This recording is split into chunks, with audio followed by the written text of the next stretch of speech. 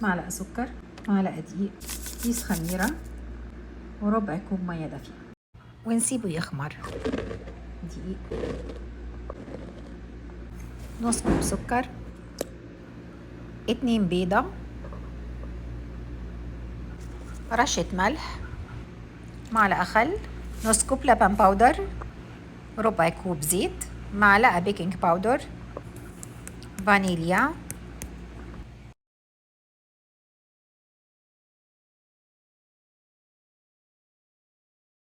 قلبت كل المكونات الجافة. الخميرة خمرت، هحط الخميرة،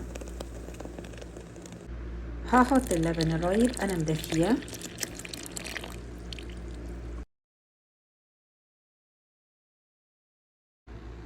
ده شكل العجين، وهسيبه يخمر ياخد وقته في التخمير. 4 كوبايات دقيق، عليهم كاسة حليب رايب، ومعاهم ربع كوب ماء اللي احنا استعملناه في الاول خالص في الخميرة. ممكن يزيد السائل شوية او يقل على حسب نوع الدقيق. ده لون الكراميل اللي انا عايزاه، وهشيله من على النار.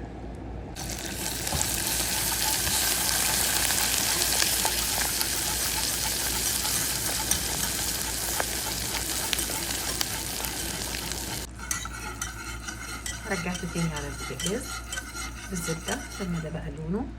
حط عليه نص كوب حليب او اقل.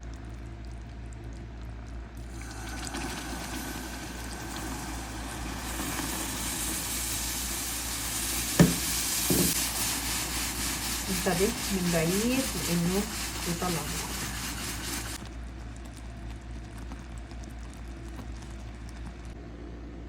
خليت العجينة،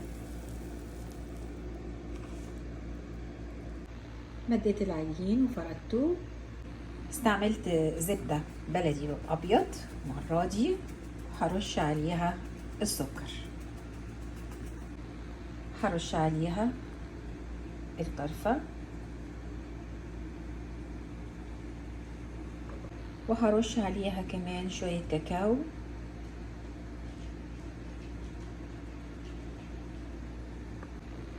وهبتدي ألفها.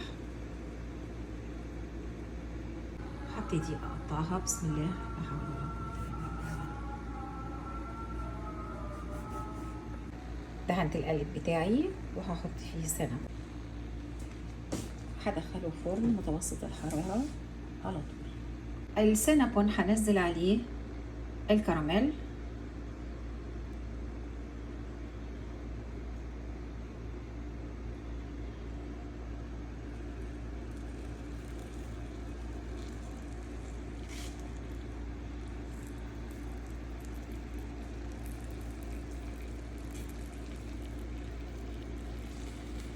نزلت عليه الكراميل. طبعا هو لسه سخن.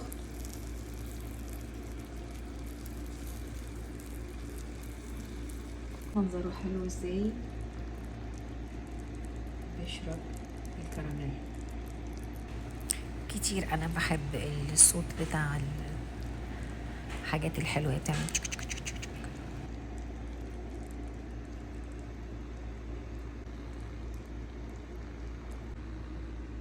وده الصوص الابيض بتاعي. انا كنت قبل كده نزلته لكم على فيديو دقيقه. نزله على السينابون.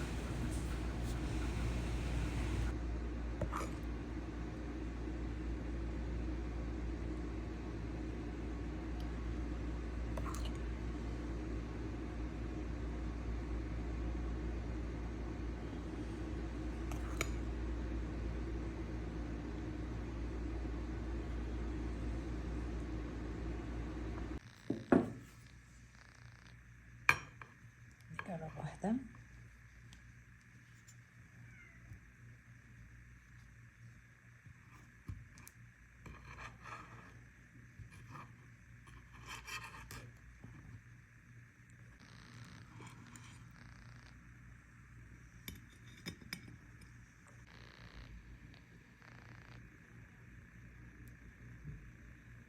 دي العجينه اسفنجيه ازاي. وده ألسنة بون وبالهنا والعافية.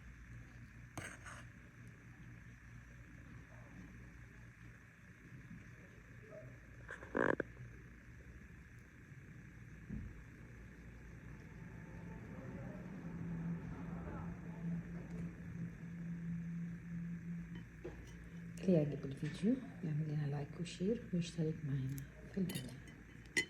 صلى الله عليه وسلم.